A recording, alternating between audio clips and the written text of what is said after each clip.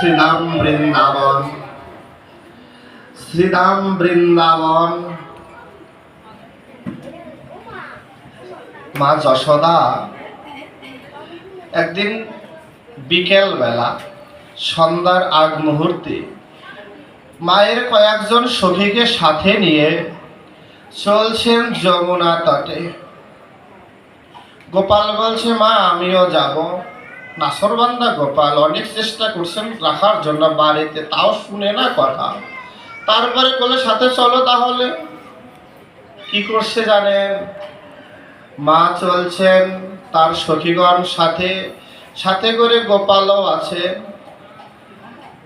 পথে হাজারো রকমের প্রশ্ন বলছে, মাকে উদ্দেশ্য করে গোপাল বলছে, মা যমুনা তটে কি আজ এমন সময় তুমি যমুনার তটে? মা যশোদা বলছে, যমুনার তটে কেন আসছি জানো গোপাল? তোমার জন্যই আসা।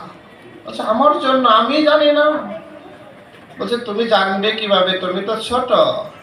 যমুনা তটে এসেছি, কত শত অসুর তোমার উপর একের পর আঘাত করে, তাই এসেছি তোমার মাঙ্গলিক ক্রিয়াদি করার জন্য, যমুনায় পূজা দিতে, তাকে পাদ্যার্ঘ নিবেদন করতে, প্রদীপ নিবেদন করে আরতি করতে, যাতে মা যমুনা যেন অন্তত তোমার উপর থেকে সকল অপরাধ, সকল অপবাদ, সকল রকমের দুঃখ কষ্ট থেকে দূর করে দিতে পারে। তাই মায়ের যমুনার কাছে প্রার্থনা করতে এসেছি। কি করছে জানেন? চলছেন কতগুলো প্রদীপ নিয়ে। বলছে, মা প্রদীপগুলো